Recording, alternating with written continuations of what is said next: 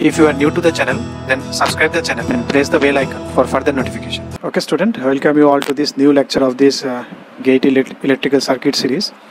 So today again I have taken 5 questions, question number 46 to 49, then 50, question number up to 50.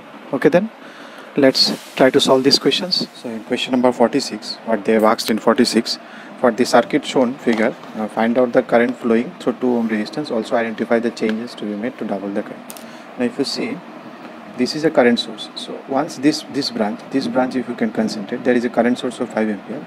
So whatever happens in the circuit, in this branch the current should be always 5 ampere. 5 ampere should enter through and 5 ampere should out to be.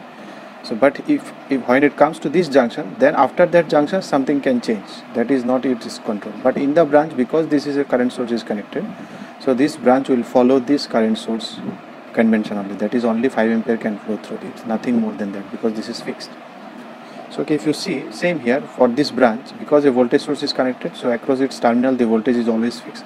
So this voltage is 4 ampere, so this is also 4 volt, so this is also 4 volt, this across this, so this voltage should be across this 4 volt, this voltage should across this should be 4 volt. Now if it is 4 volt across this and you have a 2 ohm resistance, so what will be the current? 4 by 2, that is 2 ohm here. So that you have already got it here. So from option it is option B, because 4 volt is across it, 4 by 2, 2 ampere current will flow through it. Now what they have asked in the second part also, now we can answer it is B. But for the sake of completion, let's do the second part. Identify the changes to make the double the current through 2 ohm resistance. So if you want to increase the current 2 times, because the voltage is here 4 volt, so what change you will, here you can see there are options with voltage source, options with current source. So current source, if you increase more current source, this branch current will be fixed, but this voltage doesn't depend on this current source. This voltage depend on this voltage source, because across current source you can put any voltage, and from a voltage source you can take any current. So because this voltage is connected across this resistance, so the current will be changed by changing this voltage source. So because it is 4 volt, so if you want to double it, then this voltage should be double, that is 8 volt. If it is 8 volt, then 8 by 2, it will be 4 ampere. You can see it double. Even if you increase this current, you don't know the current will pass through these or not. Okay, that means you have to think some current may go in this way also. So it is not necessary that every time source will give power. Source can take power also, but the voltage across this will be always 4, because this is the voltage source. So don't get confused with anything here. It was a simple concept on what is ideal current source, what is ideal voltage source.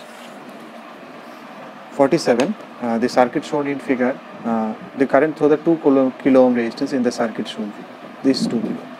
Now you can see this circuit and you can remember something. I think these 4 branches you remember. You can remember Wheatstone base, this into this equal to this into this, or P by Q equal to R by S, whatever you say.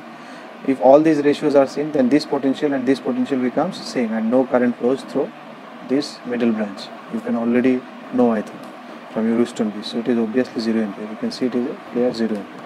Even if it is not a Wheatstone base, some other base, then what you will do, you will remove this, you will calculate the Thevenin's voltage and resistance across this, then you put 2 ampere, then you calculate current. Or you take KVL, KCL, whatever you are comfortable. Question number 48. How many 200 by 220 incandescent bulbs should be connected in series that will consume the same load power as a single 100 watt 220 volt incandescent lamp? So you want to get this much power using these lamps. So if you want to get this much power as the power of a single load, this, how many incandescent? So you calculate the resistance here. What is the resistance? Incandescent lamp means it is a resistive load, always consider. So it is V square by R. So power is equal to V square by R. So R will be equal to V square by P. So V square by P. So if you do this one, it is 484. And second case, if you calculate the resistance of that one, suppose this is R1, this is R2, and that is 200 watt. So power voltage square divided by power 200. So it will be 242. So now you want to go to this resistance you want to achieve. You want to have a load of this resistance, this ohm, using this. So 242. Using this. So how many resistance you will need of R2 type in series? So you need another 242. So 242 plus 242 will give you 484. So you need 2 such in series so that this resistance comes up. So because this resistance comes up, so you will get 100 watt power, same low total power. You can see power depends on this, because it will be connected in series. I will be same, so it will depend on only R, I square R. So I is fixed, so it will depend on R. So you want to get this much resistance, you need this type of resistance 2 in series, so that you can get this one. Very simple one. In case of bulb, you always calculate the resistance of each bulb, then you think, because bulb is like a resistor. You go by the rating P square B square by R, or is equal to, and you calculate. That's it. That the equivalent capacitance of the input loop of the circuit shown in figure. Now equivalent capacitance of the input loop. Now if I take this input loop, and if I suppose I take KVL here, and suppose this voltage is V. So if I take KVL here, so what will be this voltage? This is minus V, and then if it is go through resistance always plus, I told you this plus, current is entering through plus terminal, 1 plus 1, 2 kilo multiplied by I1, and then what is the current here? I1 coming from here, 49, I1 coming from 1, and across this branch, what is the current? 49 plus 1, 50 I1. 50 I1, and then what is this? This is your XC. So what is XC? XC is 1 by 2 pi FC. 2 pi F. What is C? C is 100 microfarad.